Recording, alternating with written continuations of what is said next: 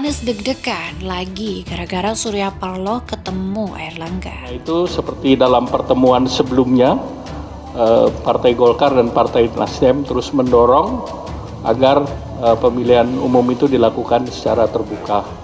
Dan ini sudah jelas dalam pertemuan antara Partai Golkar dan Partai Nasdem. Tidak berarti bahwa Partai Golkar maupun Partai Nasdem adalah salah satu partai yang keterkenalannya di publik sudah lebih dari 99%. Jadi terlepas apapun juga kekurangan satu sama lain, tapi modal kebersamaan, catatan sejarah, saling pemahaman. Nggak salah dibilang alumni Golkar, ya itu memang benar adanya. Jadi prioritas. Kenapa yang nggak ambil yang lain? Yang lain kita memang baru mencoba. Apakah perlu akan mungkin bergabung dengan KIP? Ya sama-sama mungkin KIP juga bergabung sama Nasdem kan? Boleh-boleh aja, kan nggak ada paksaan. Ya namanya normal nanya kapan mau umumin, wajar lah. Namanya partai besar juga, pengen kader sendiri yang muncul sebagai cawapres Anies. Mereka maksa pokoknya, tapi dengan situasional yang terjadi saat ini sangat dinamis dengan semua calon wakil presiden yang ada di Republik ini. Ya, Nasdem kembali memperlihatkan gelagat yang tidak bisa ditebak usai Demokrat dan PKS mendukung Anies. Harusnya Nasdem merasa lega, tapi entah kenapa Nasdem seolah ada rencana lain yang bikin gregetan. Tanda pertama adalah Surya Paloh yang bertemu dengan Bapak Jokowi di istana. Tidak tahu apa yang mereka bicarakan waktu itu, katanya pembicaraannya berlangsung hingga 1 jam lebih. Yang sebenarnya cukup lama bagi seorang presiden. Ada yang urgent dan penting kayaknya.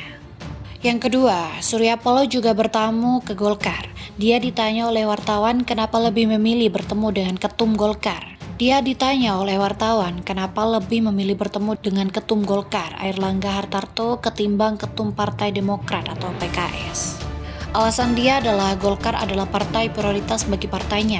Dia menyebut ada suatu romantisme dan bersejarah perjalanan kehidupan pribadinya dengan partai yang berlambang beringin itu. Baiklah, kenapa harus bertemu dengan Golkar? Ya, prioritas bagi Nasdem ada satu romantisme dan ada satu pegangan. Sejarah perjalanan kehidupan saya pribadi dalam usia saya yang saya capai sampai saat ini. Jenjang karir politik saya yang saya capai sampai hari ini, kata Paloh. Saya harus jujur menyatakan kepada semua saudara, 16 tahun usia saya sudah berada di barisan Golkar, tambah 43 tahun cukup lama itu, lebih setengah abad rasanya. Baru kemudian ada Nasdem kan, jadi terlepas apapun juga kekurangan satu sama lain, nggak salah bila alumni Golkar itu memang benar adanya, jadi prioritas, katanya lagi. Dan menariknya lagi, pertemuan Surya Paloh dengan Airlangga adalah kunjungan politik pertama kalinya ke kantor partai lainnya. Sebelumnya pertemuan politik Surya Paloh dilakukan di Nasdem Tower. Surya Paloh kemudian memberikan sinyal kemungkinan partainya dengan KIP untuk berkoalisi di Pilpres 2024 nanti. Paloh juga bicara kemungkinan KIB bisa bergabung dengan Nasdem di pemilu 2024 nanti. Apakah akan memungkinkan bergabung dengan KIP atau KIB yang sama-sama mungkin? Jadi kemungkinan itu masih terbuka, jelasnya. Ya agak ruwet sih, padahal saya pikir Nasdem akan langsung ajak Demokrat dan PKS usat keduanya mendukung Anies. Tapi Nasdem malah masih melirik partai lain sebagai rencana cadangannya.